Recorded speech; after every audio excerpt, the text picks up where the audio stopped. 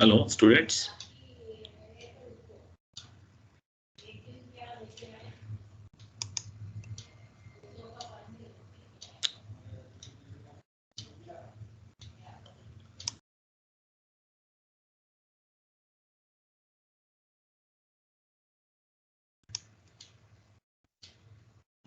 Yeah, hello, students. Yes, sir. Good morning. So, Yes, yeah, good morning. Yeah, Soumya, good morning. good Okay. morning, sir. Yeah, morning. Yeah. Okay. So let me share the screen.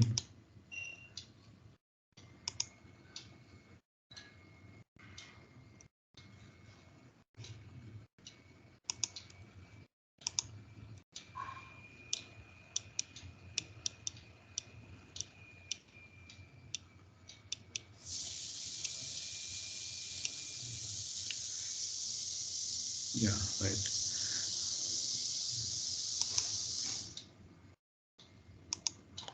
Hello. Yeah, can you able to see this screen? Yes, sir. Yeah, it's a process termination, right? Okay. So any questions regarding the process? We are discussing this for the last two lectures. Any questions? Okay. So, so if you have no questions, then we continue the lecture. So, so in the last class yesterday, we discussed about how to schedule the process. What are the various schedulers? Uh, so in view of the process scheduling at different resources, right? And we also discussed about an important operation like how the processes are created, right? And then after creating a process, you have a parent and child process will be result, and how the parent and child process will coordinate or will take the execution, and how they will be distinguished, right? So those aspects we have discussed, and today we'll try to discuss another important operation regarding in view of process. So it is like kind of process termination, like how the process termination phase used to be, and how it will be taken care by the operating system as well, the hierarchy of a process and all. And we know that the process termination happens like generally there are two ways the process can terminate. So one thing is that in the normal termination, it means that in the execution of a process reaches to a last instruction. At that time, there is no more instructions to execute. That will be the last instruction. So the process will terminate. Our process will complete and it will be terminate. It's a normal completion of a process or normal termination of a process. And other way of termination is that like when a process, when it's execution, if something happens, right?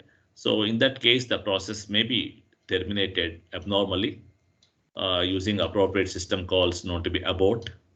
So where here we are forcefully terminating a process because of various reasons we'll discuss here and all. So that therefore the process can be terminated with normal termination or with the abnormal termination using a abort system call. And the normal termination will be using a system call exit. So whatever it may be at the time of termination, like because the process will get over, so therefore the operating system will take over. So for that purpose, we use these two types of system calls. One is exit system call in case of the process normal termination, and in case of abnormal termination, the abort system call will be used. And accordingly, the status code or like the termination status also will be returned. Like if it is a normal termination, then the status code will be 0, and if it is abnormal termination, then the status code will be some positive integer. So that indicates the that defines the what is the reason or what is the abnormality in which the process has been terminated and all, right? So here in the normal termination, when you write a program as an application user and all, so we may not explicitly keep these. We use this system call and all. We don't use any function. Say that yeah, you had to like the function, the program will be terminated and all. we'll just reach to the last point and then we'll keep some return statement, return 0 or whatever, that depending upon the function, right? And after the return 0, then when the program is high level program is compiled by using a compiler, at that time the compiler will insert the appropriate system call, that's the exit system call, because when you're returning, it will be the last statement. So therefore, it places or it inserts the appropriate API function, which is equivalent to execution of the system call, exit system call, and all, right? Okay, so this when the process is terminating or terminated in the normal termination, then it returns the status. It returns the status. Like here in this case, it returns the status 0, normal termination. Whereas in case of abnormal termination, it returns some status, some other the positive integer value and all. And the return status will enable or will be unblock the parent process, because as we have seen, the parent process after creating a child, then the child will be like will be loaded with a new process if requires, and in that case the child will continuous execution, but the parent will wait for the child's termination, right? So it will be blocked. The parent will not do anything, it just blocks waiting for the child's termination.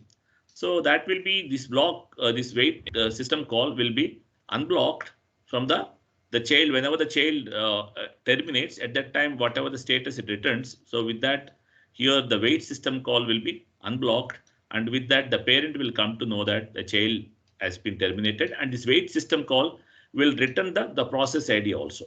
Will return the process ID. That means whichever the process it is waiting for, that corresponding process ID will be returned, and with that the parent process will come to know that which of the child process has been terminated and all.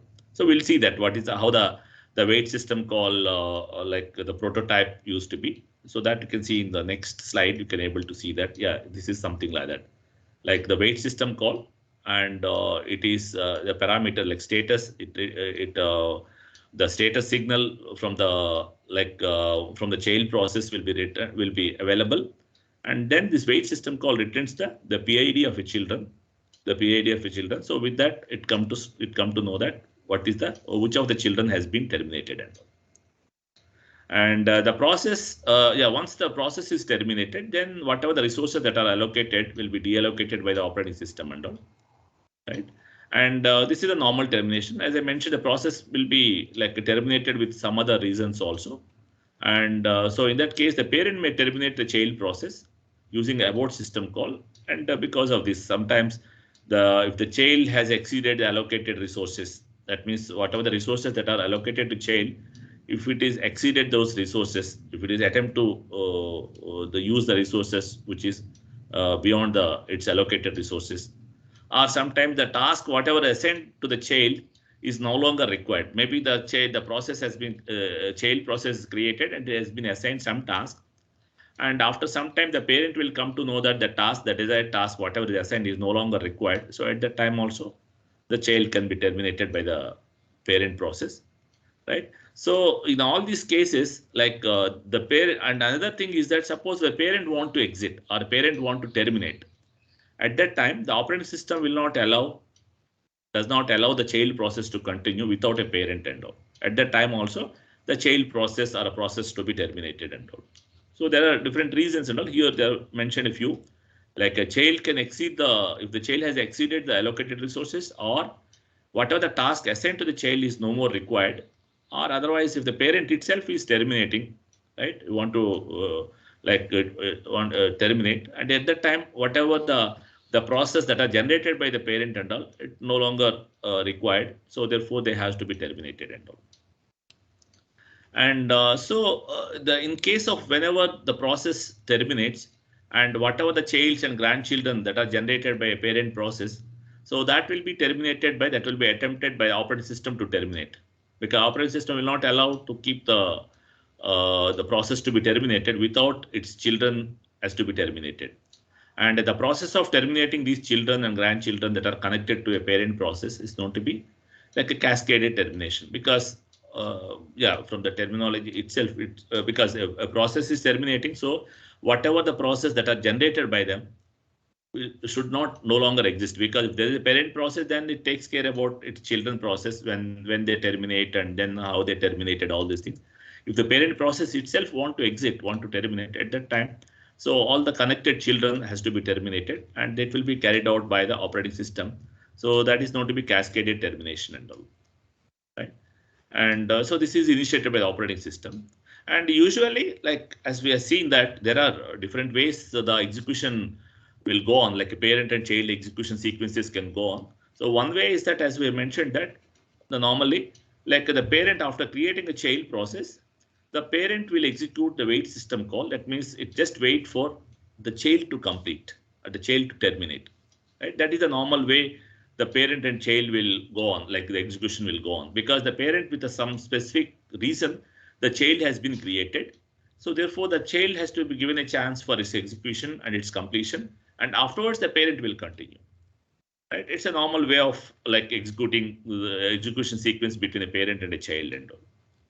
And here, yeah, this will be done by using this wait system call, like wait status and the PID. The status is nothing but whenever the child has been terminated, the terminating status, whether it's whatever that status will be returned here, and afterwards this wait will return the child PID. So that way, the parent process will come to know that which of the child process has been terminated and there are cases that, suppose if the parent created a child and afterwards it has to invoke the wait system call, because after the child execution, child's termination, the child has to return the status, the exit status to the parent and all. And if the parent is not invoked or not waiting for a child, so at that time, but the child has been completed because the child process, whatever is there, it reached to the last step, last instruction. And upon last instruction execution, then the child is like physically, the child process has been completed. Child has been completed. Child process has been terminated, completed. But this termination status or the completion status has to be has to be passed on to the parent, and that will be usually done by using a wait system call, where the parent used to be invoke the wait system call, and then the child will return the status to the wait system call. And with that, the parent will come to know that like the child has been completed. And then the child's whatever the resources are there, they will be deactivated. But here the case that where the child has been completed, but to pass the status information to the parent is not invoked the wait system call. That means the parent has not in the wait system call, is not waiting at all. So that time the child process, whichever is completed, so they are going to be like they can be viewed as a zombie process. It means that they have physically completed, but their process control block will be still there or maintained by the kernel, just waiting for a child waiting for the parent's wait system call.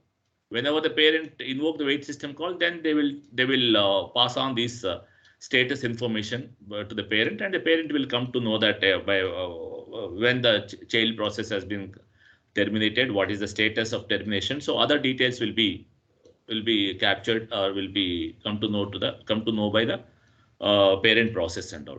Otherwise, if the parent is not waiting at that time, these child process which have been completed physically, and they are not to be zombie process and all. So that means they are waiting, they are completed, but still their what do you say that their control information still be there by the operator, maintained by the operating system and all. They will be waiting for parents wait system call.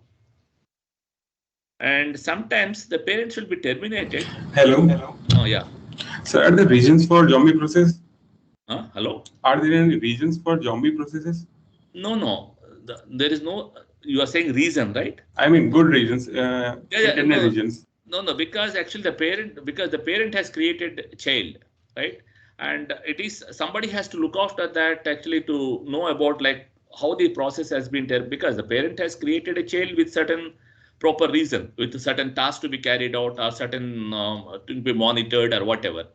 And when this child has been completed, if the parent has not been waiting at that time, the parent, because the child has reached to the last statement, it has been execution is over, but it want to return the status, but there is no wait system call, but there is nobody where to return is not known to the child, right? So So, is this just a buggy behavior?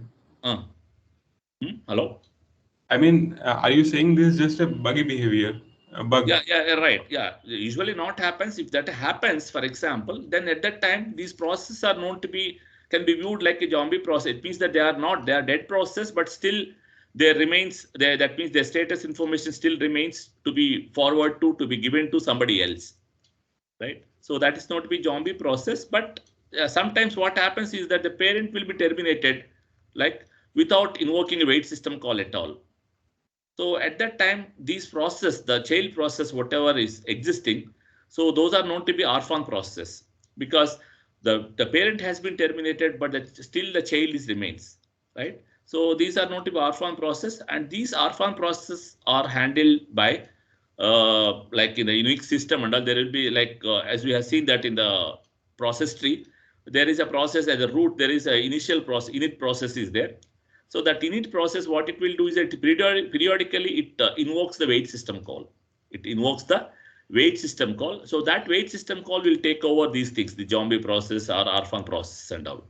So because all these processes are something like suppose the zombie process, it has been completed, but it has to be, it is waiting for, it is just waiting for to submit its like status information.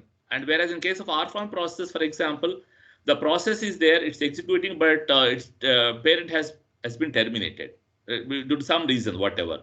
But usually when the parent terminates, it sees that all its children has to be terminated. Suppose without that, if it is terminated, then we have like in case of Unix, the init process will be there, which is the root process, root user process, and that process used to like invoke the wait system call periodically from time to time. So at that time, whichever this kind of a process, whichever is there, like either they are zombie process or orphan process, whatever is there, so they will be taken care by, they will be attached to the init process directly. They become the child to the init process. So that way, these orphan process or will be taken care by the in the case of Unix operating system, it will be taken care by the init, the root process and all. Yeah. Next, we move on to the last part of these processes. This is the inter-process communication. That we have seen that when there are occasions where the process need the communication or need to interact each other, and here, so for that purpose, actually here you have like that depending on whether the process needs the communication or process or like requires any information exchange, then those processes are known to be cooperating process. And if the processes are like independent, like that means they don't need any information, they don't depend on any other process. So they are known to be like independent process. And usually the cooperative processes are like since they have like interaction with other processes and all, so they will affect the other process as well as they will be affected by the other process also, because they need the interaction with the other process. So therefore they will be affected or they affect the other process, whereas independent is not that way. And then the reasons for this cooperative process are why the processes are cooperating, why the information exchange is required between the processor. These are the reasons for that. Like one is the information sharing. That means there is some database used to be there, and several processes want to like access the database and all. So in that case, you have like that means this here all these processes happens to be like a cooperative process. And not only that, even all the interacting like this client server paradigm, whatever we discussed, like web browser and web server and all, they become a cooperative process, like a process at the browser and a process at the server. They happens to be like cooperative process. So the reasons for the cooperative process will be like they need information sharing. And sometimes the computation speed up can be carried out by using cooperative process. That means if we have a task, and if you can split up into the smaller process, and if all of them can able to run parallelly, then the process, the overall task can be speed up. And another thing is that actually modularity can be enabled by dividing the task into the multiple process, where we can be able to do a flexible modularity can be enabled. And sometimes it will be convenience to having a single task to run, a single process. If you can able to split it into multiple process, it will be very convenient and flexible. And it is it will be simplified also sometimes while writing the code also. So these are the various reasons for having a process to have task can be viewed as can be written in terms of like a cooperative process where the process can exchange or can communicate each other and all. And since they are cooperative process, they need the communication. So that will be carried out by using inter-process communication. We'll see that how this inter-process communication takes place. Like basically that how a process will communicate. And there are two modes of IPC, inter-process communication. So one is the shared memory using the shared memory mode, and the other one is using message passing mode. So we'll see that what are these shared memory and message passing. And you can able to see these two things, like this is the message passing, the left one, and the right one is the shared memory. So here in case of shared memory, the idea is that suppose a process want to communicate. So these two process, one of the process will create a memory segment, first, and that memory segment will be like a shared memory segment. And then after creating a memory segment, then that particular segment, memory segment, whatever is created, so that will be mapped into the address space of a specific process A. Suppose for example, A want to communicate to B, for example. Either the process A will initiate and then it will create some memory segment as part of its address space itself, or it will from a separate memory segment itself, it creates. And then after creating that one, this address space, whatever is created, that will be mapped to its address space. The process right now, the process A is from 100 to 300, for example. That is the address space given to process A. And then in case of shared memory, it creates a new address space, like for example 700 to 800 address space. And then after creating that one, then this will be like attached to this particular process. That means the address space of process A will be again reconfigured, which consists of 100 to 300 and as well 700 to 800 also. And once this has been done, then afterwards the process B also involved in the process communication. Then the process B already the shared memory segment has been created by process A. Then the process B, what it will do, it will try to map the address space again, like extend the address space of B from its existing address space to, it will add this shared memory segment also as part of its address space. So now this shared memory segment, whatever is 700 to 800, whatever is there, so it will be part of both the address space of process A and process B. Right? The process A will be maybe 100 to 300 its original segment, and 700 to 800 will be like the newly added address space memory segment.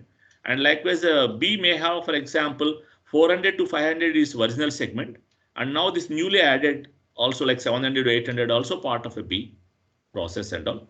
And now once now you can see that process A and process B, there is some common memory segment, and with which the process A and process B can communicate. That means the process A want to communicate something, then the process A will write into that memory segment.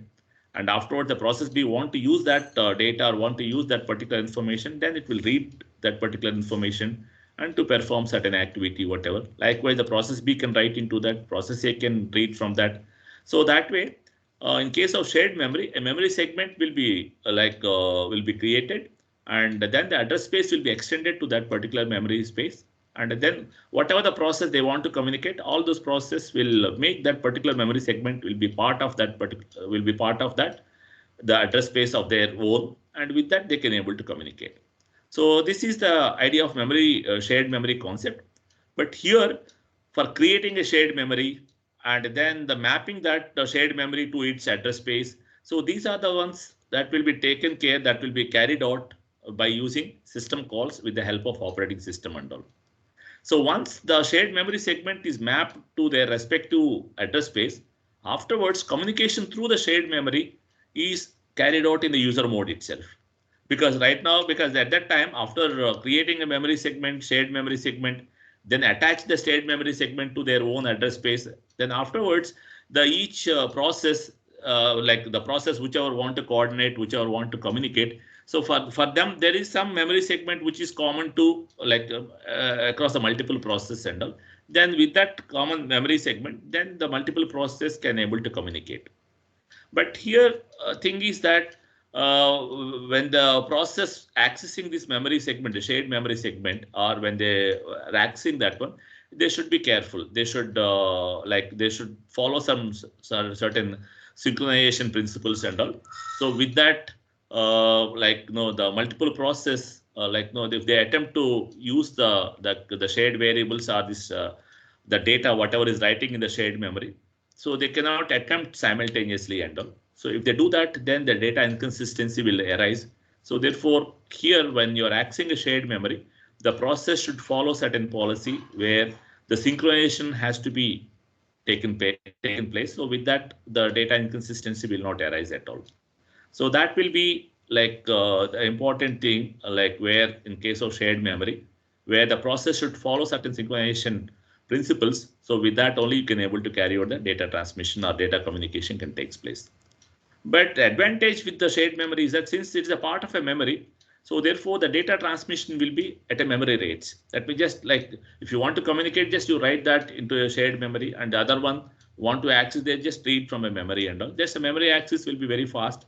So therefore the data communication or information communication using a shared memory will be much faster. It's almost like a memory access rates and all.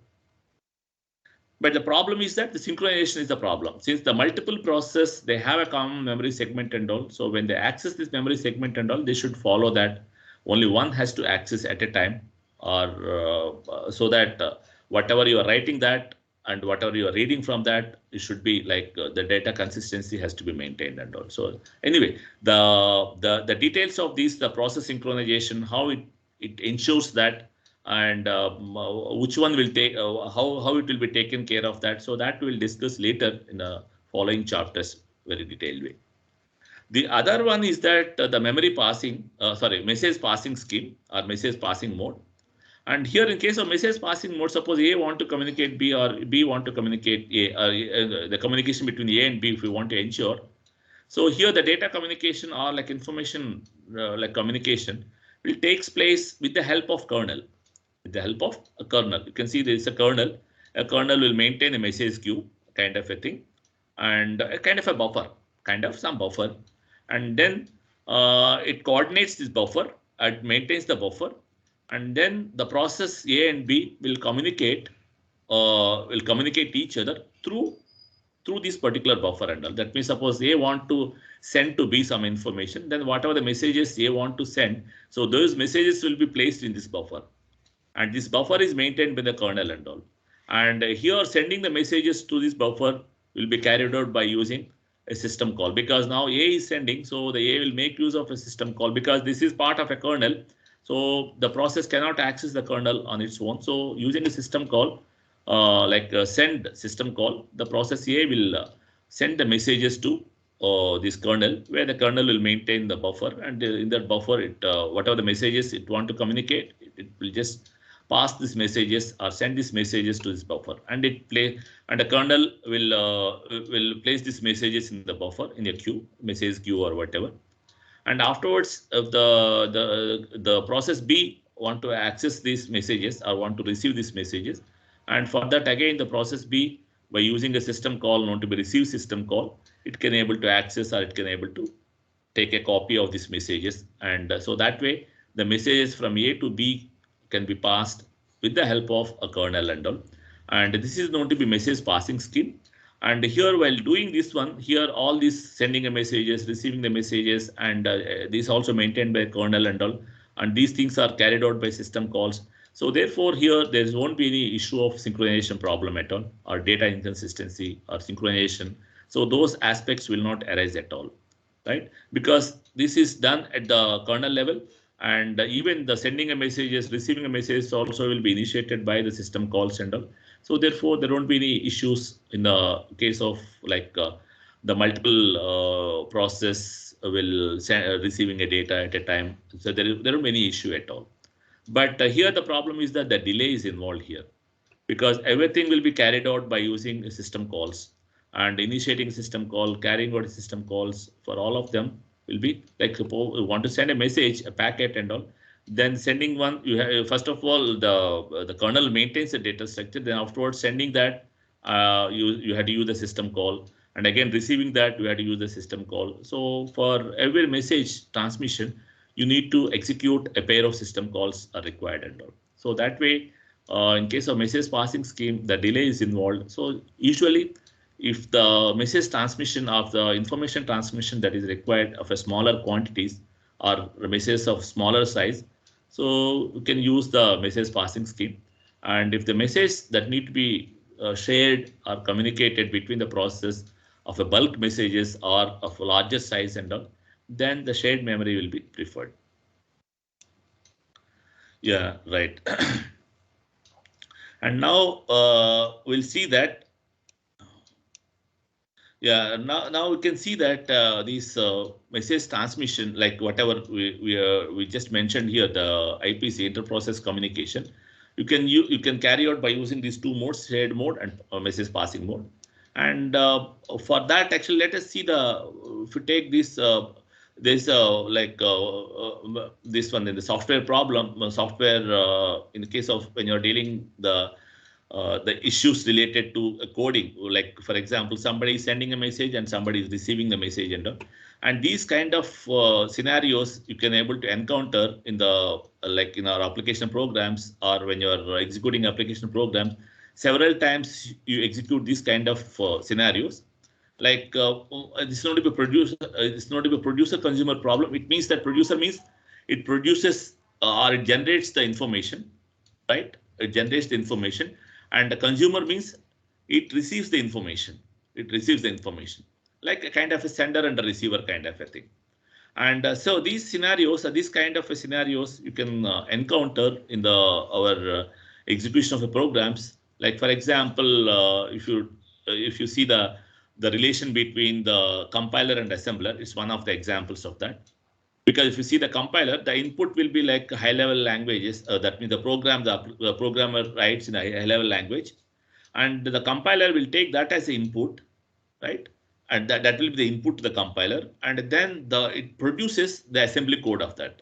It produces the assembly version or assembly code version of the high-level language and all. Then whatever the assembly code or assembly language that the instructions that are generated by the compiler, so that will be taken as the input to the assembler, and assembler will generate the objective modules corresponds to that. Objective module correspond. And whatever the objective modules or the objective code that is generated by the assembler will be again handled by some other entities like a loader or linker and all. So that way you can see that there is a relationship between the process where some process sends some data and other process will consume that, will receive that, and again it will generate some other data and it will be required by some other process. So in this context, you can say that compiler, assembler, loader, and even the other, even normal the user process also, you can see that. Suppose for example you are browsing the web kind of a thing, right? And where the browser and the server process, so they have a relation between the producer consumer kind of a thing. Like you can say that the desired data, whatever you require, that's available at the server and all, then the server becomes a producer, and the browser or the end user happens to be a consumer and all. So there are lots of scenarios where you come across this kind of a process where one will communicate, one will send the data, the other will receive the data kind of a thing. And here in these scenarios, we have the two scenarios. One is unbounded buffer and a bounded buffer. Unbounded buffer means it's not practically realizable. It means that there is no practical limit, but this can be viewed as, suppose for example, you have a very huge amount of buffer or memory space is available, but the kind of applications you are running or the kind of a process that are running over that, or maybe executing or maybe using that particular buffer may not require that much buffer space and all. Or number of processes that are using that particular buffer may not require or may not be generally used, may not exploit the entire buffer space and all. So that way we can view that in that context, we can view that buffer is the available buffer is unbounded buffer. But practically, it's not like there is no unbounded buffer and all. There will be some limited buffer, but the limited buffer, when you are looking at which process you are using that particular buffer, and what will be usually the data transmission size that is offered by those processes, and in that context, like whatever the buffer that is available, that can be viewed as either it's unbounded or a bounded buffer and all, right? So that way, in general, it's like a bounded buffer all the times, but you can view these scenarios sometimes as unbounded. That depends on the kind of a process that are running over the available buffer size and all. And here we can see that we can realize this producer consumer problem, like whatever the examples I have shown here. This is just, we will view that a producer is a process, one process, which used to produce some items, that whatever the items it may be student records or maybe some complex numbers or whatever, something. And whereas the consumer and all, it just accepts those things, whatever is produced by the producer and all. So therefore, these are the corresponding, the code snippets corresponds to that. Suppose the data will be something like that. Suppose the buffer size equals to 10 to just model the finite buffer and all. That means there are the buffer size is 10. That means it can able to hold 10 items maximum. And the structure of the item, the data items that need to be like transmitted, shared between the two processes will be of type some structure, some type. It may be, as I mentioned, like suppose if it is a student record, it have multiple entities inside, like the name of the student, then the age of the student, what class is reading, what is roll number, something like that.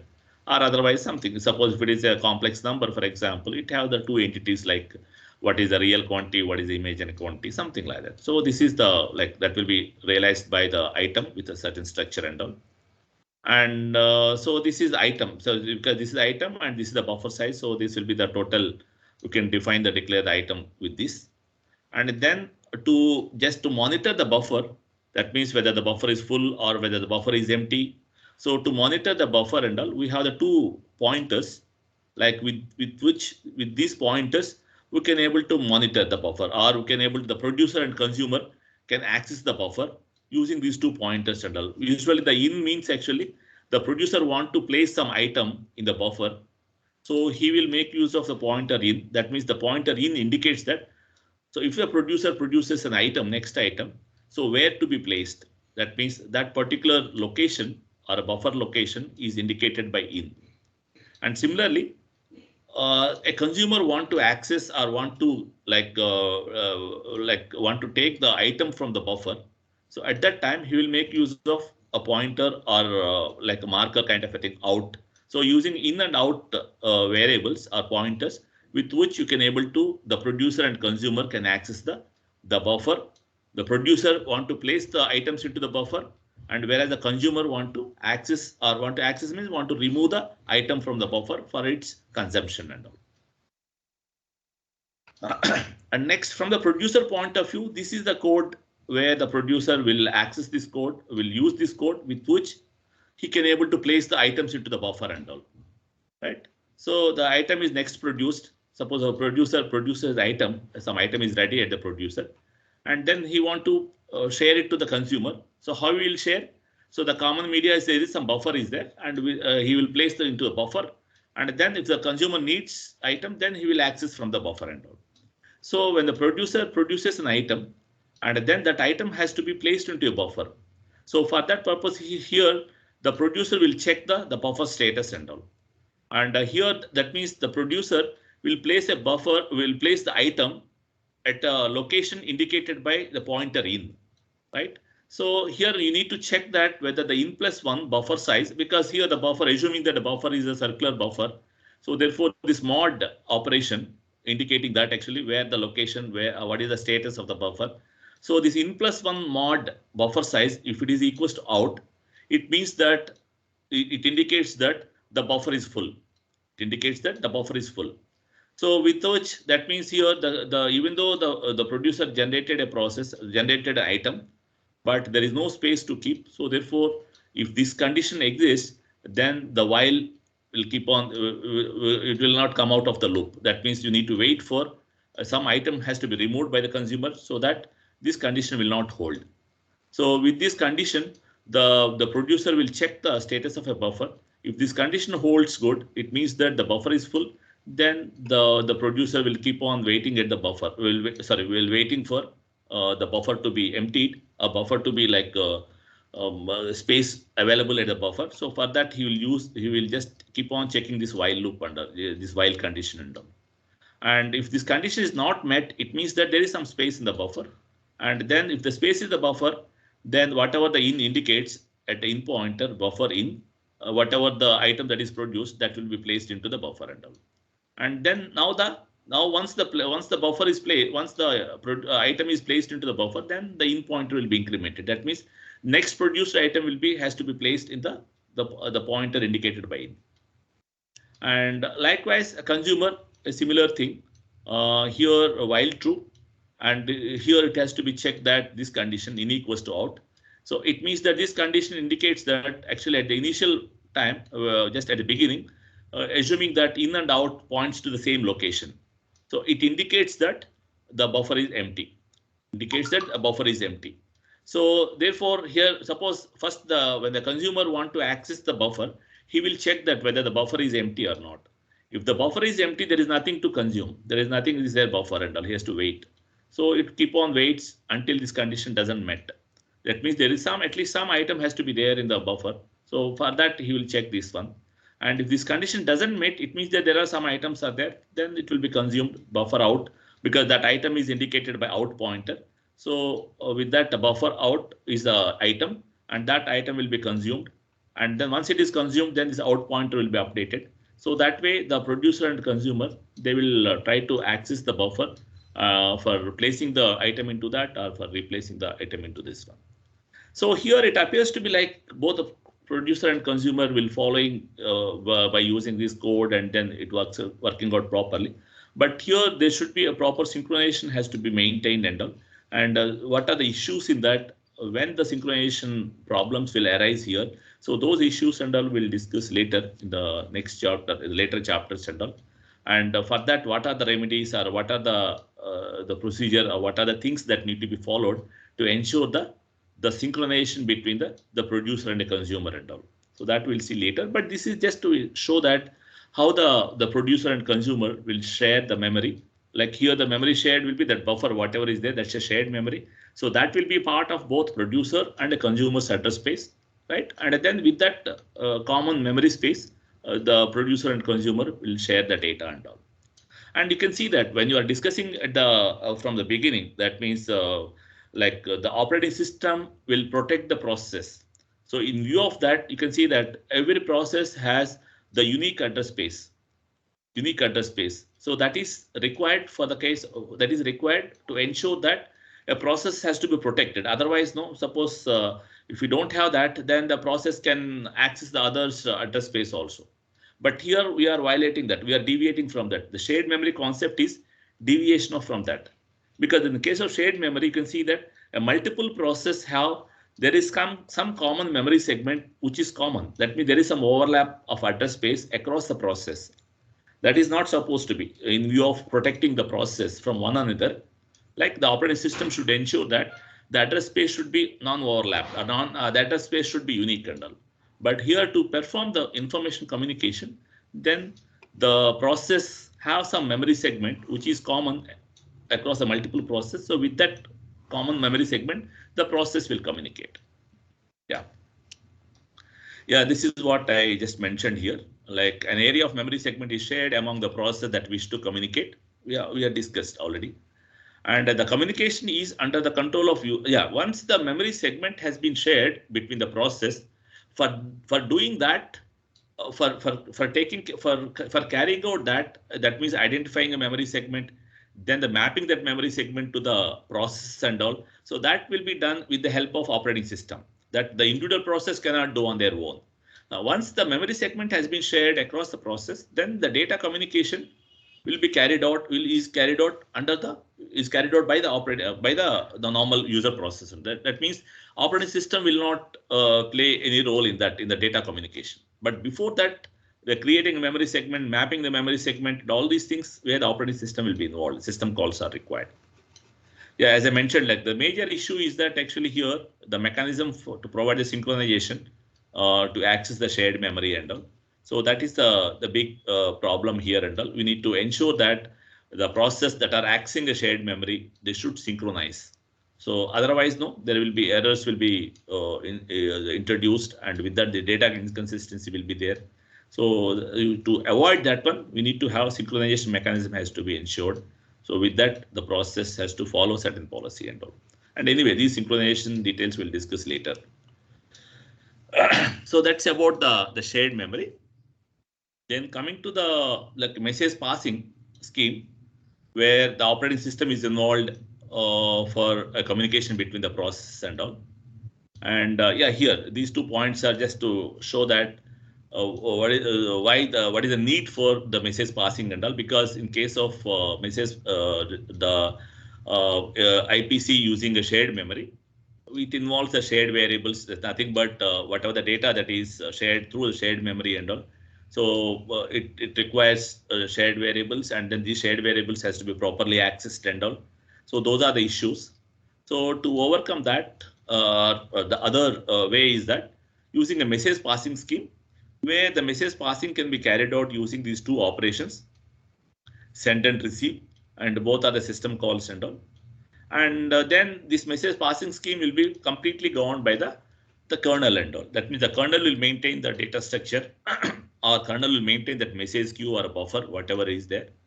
And then with that buffer, the process will coordinate with the process will communicate. The process whichever want to send, it will send to the buffer, which is maintained by kernel, and the process whichever want to receive, so it will receive from the buffer using the with the help of kernel system call and all. And again, the message size will be either it may be fixed or variable. That means whatever the message that are communicating between the process, so they may be either fixed or variable, right?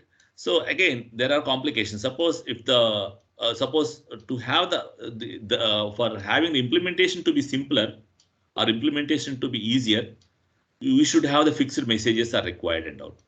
That means if the message sizes are fixed and all, then it will be easier to implement these send and receive message calls and the knowing the status of that particular buffer status and all those things will be easier if the message size is fixed.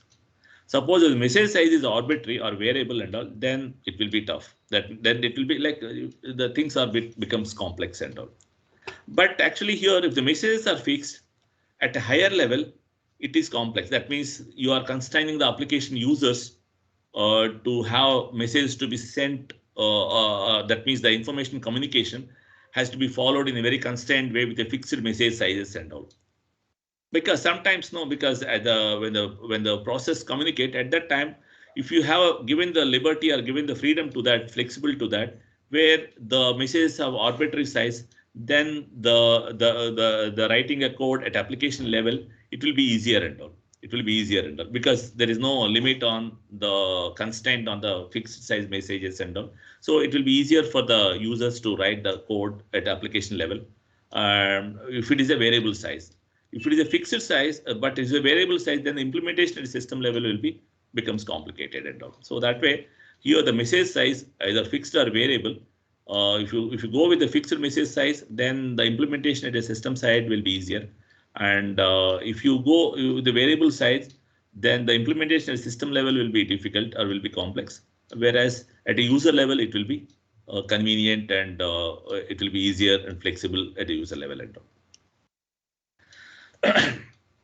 Then we'll see that in case of message passing, like what are the requirements and all. So we'll discuss over here and all. Suppose a process P and Q want to communicate, for example. So if they wish to communicate, first of all, there should be some communication link is required because with certain link where the process can where the messages can be communicated over that. And again, this link will be either physical or logical. Again, that we'll discuss later and all. And afterwards, once the link is established, once if there is some link, that means either it may be physical link or it may be logical link, whatever. That means both processes are knowing each other and all by somehow, right? By exchanging messages or whatever and all. Then it means that both will know each other and then there is a link established. Either maybe it's like a normal physical link, realistic link, or even the logical link also. Once the link is established, our connection is there, then afterwards the messages can be sent through the connection using the send and receive primitive, send and receive system calls and all. Using these send and receive methods, you can able to send the message and you can able to accept or receive the messages and all. And here in this process, the implementation issues will be like, first of all, how these links are established, how the links has been established between the two processes. Suppose P want to communicate to Q. First of all, how the link will be established between P and Q. So how does the P will know that where the Q is available? And after knowing that, how to what is the the process ID there, whatever, all the details and all, how does to link to establish, all these issues has to be resolved. That means, first of all, how the link has to be established. And again, can the link will be associated with more than two process? That means, is the link will be used only for two process, or it can handle the more than two process also. That means with the same link, the another set of process also can be used, can be used to communicate, right? And how many links are there? Suppose, for example, there are two processes. Is there only one link has to be there to communicate, or is there multiple links can be used? Excuse me. Hello. And నేను దీని క్లాస్లో ఉండండి, తర్వాత చేస్తాను. Thank you. Okay. So the implementation here will be, as I mentioned here, first of all, how the links are established, and then what will be the scenario, like is the link is associated with two processes or more processes, right? And is there any limit on the links between the two processes? Only one link has to be there, or multiple links has to be there? Like, for example, if you look at there are certain applications where you have the communication takes place with the multiple links. For example, in case of earlier that FTP application, for example, that means file transfer protocol or file transfer application, for example. That means we want to receive a file from some server and all. And for that particular application, and where you need to have that means there will be two connections used to be there. With one connection where the control data will be communicated, like, for example, establishing a connection and then sending the request and all, like what is the data size and all those things will be done, carried out using one connection. And after that, there is a specific connection with that the actual data transmission or actual file transmission will take place and all. So that way, there are occasions, or there are a process where they can communicate with the multiple links. And what will be the capacity of the link? So these are the various issues over here. And what will be the size of the message that can be accommodated by the links? And then whether the link is unidirectional or bidirectional. It means that once the link is established between P and Q, and is that link will be used for only unidirectional, means only the P will transmit and Q will receive all the time. Or it can be bidirectional, that means the Q also can communicate to B, that means Q also can transmit and P can receive. So these are the various generic issues, like, and we need to address for message passing. And as I mentioned that we have seen that the links can be either physical or logical. And you can see that shared memory is one of that. That means it's a physical one, because the process they want to communicate, there is a physical entity that will be there, and through that the messages can be communicated, or like a bus or through network, like, for example, with which the messages will become, for example, your telephonic system, for example, you take the earlier ones, which is physically connected.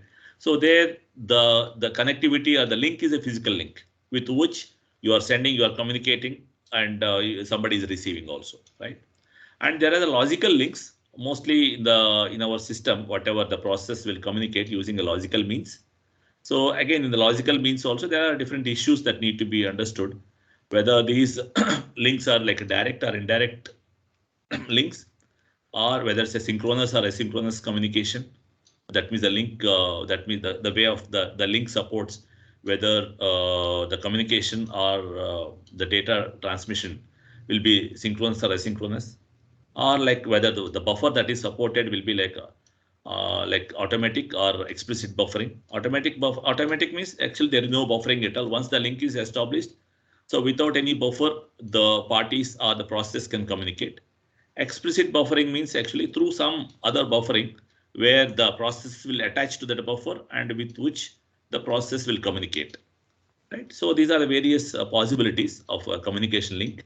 We'll see like one by one and all.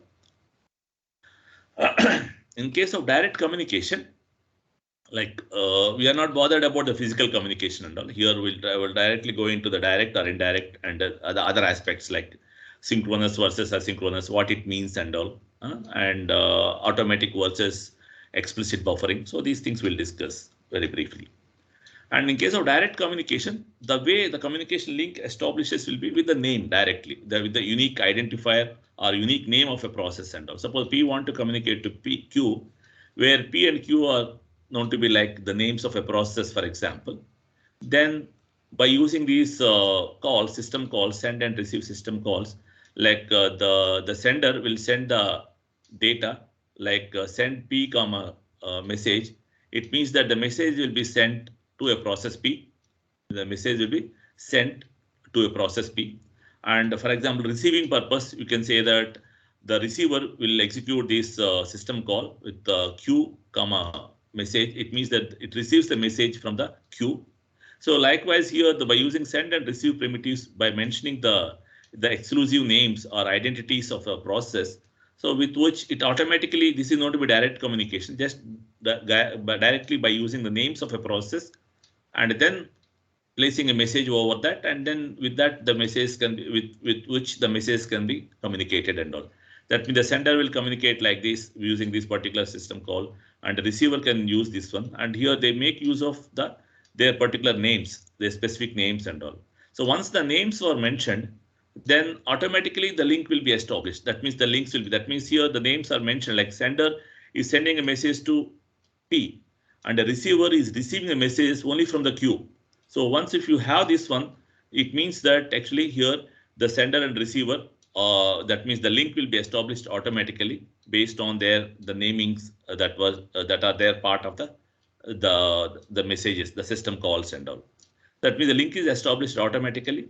And here, since there are the direct communication, that means only one link will be established between a pair of process. That means exactly only one pair of communication process will be there in the link and all. And then each pair of process can have only one link based on this. And then the link may be either unidirectional or it may be bidirectional also if required. And the indirect communication, where here in case of indirect communication, we don't use the specific names of a process. Instead, actually here we use the port number, or we use some intermediary mailbox which will be identified by port number and all, and with which the process will communicate and all, with which the process can communicate each other. That means messages are directed or received from a mailbox. Mailbox is nothing but here the term is just nothing but a buffer. It's like a message queue, which is maintained by the operating system and all, which is maintained by the operating system. And here each mailbox has a unique ID, and a process want to communicate means the process whichever want to communicate, they have to share the mailbox.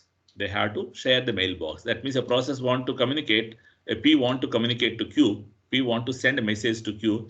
Then a P will, by using with appropriate system call, P will attach to this mailbox.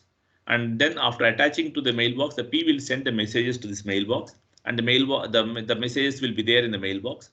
And afterwards, suppose the queue want to receive the messages from this mailbox, then the queue also will maintain first of all establish the link to this mailbox, and afterwards then the queue will receive the messages from this mailbox and all. So that way there will be some mailbox will be maintained, and this with the mailbox ID, the process will communicate. The process will communicate. And here with this kind of communication link, there are these are the various properties of this communication link. That means whatever the link that is established will be that means a communication link has to be established, means the process which you want to communicate, they should share a common mailbox. They should share a common mailbox. And here the link may be associated with many processes. Yeah, it means that you suppose you have a mailbox, some K, and the mailbox K can be shared by the multiple processes and all. Multiple process. Whereas if you see in the case of direct communication, it means that once the communication established with the naming entities, so it means that the particular link happens to be between only pair of process, only that particular set of pair of process and all. But here, since we are establishing a link through a mailbox or some intermediate buffer and all, so with that, whichever the mailbox, that means whichever the process that are associated to this mailbox, so they will be, so with that, so those process can communicate through that particular mailbox and all. That means the link, whatever, either the link is nothing but through mailbox, and whichever the process that are attached or associated to that mailbox, they can communicate. So again, each pair of process may share the several communication links happens. Like suppose at one time a pair of process P and Q may make use of a mailbox K, and that after some time, a P and Q can share a mailbox K1, for example, and K2. So likewise, a pair of process can have like multiple communication links can be possible, right? And again, these communication links can be either unidirectional or bidirectional, right? So here the distinction between the direct versus indirect communication will be, in case of direct communication, you can see that you are using the directly the names of a process and with which directly you are communicating. You are directly sending to a receiver, and the receiver is also directly receiving the message from a proper sender and all. Whereas in case of indirect communication, the communication takes place through some here in this context the term known to be mailbox and all. So we have a mailbox, and the whatever the mailbox that's create after creating a mailbox, then the process will attach to the mailbox, and then through the mailbox the process will communicate and all. And the same mailbox can be used for some other different set of processes also. So that is the basic distinction between the direct versus indirect communication. Okay. And yeah, in that indirect communication, what are the various operations that are that are required will be, like in case of indirect communication, the communication link will be established through the mailbox. So it means that mailbox has to be created, right? And afterwards, send and receive messages. That means after a mailbox is created, then the process which want to communicate, so they access the mailbox for sending and receiving using these particular system calls, like send and receive system calls. With that, the message will be sent to the mailbox, and the message can be received from a mailbox and all. And anyway, creating a mailbox, and then if you don't want that mailbox, and then you can destroy that mailbox also. Like these are the basic operations that are related to indirect communication. And these are the primitives are nothing but like operations with which you can able to perform the message transmission and all, like send message and receive message.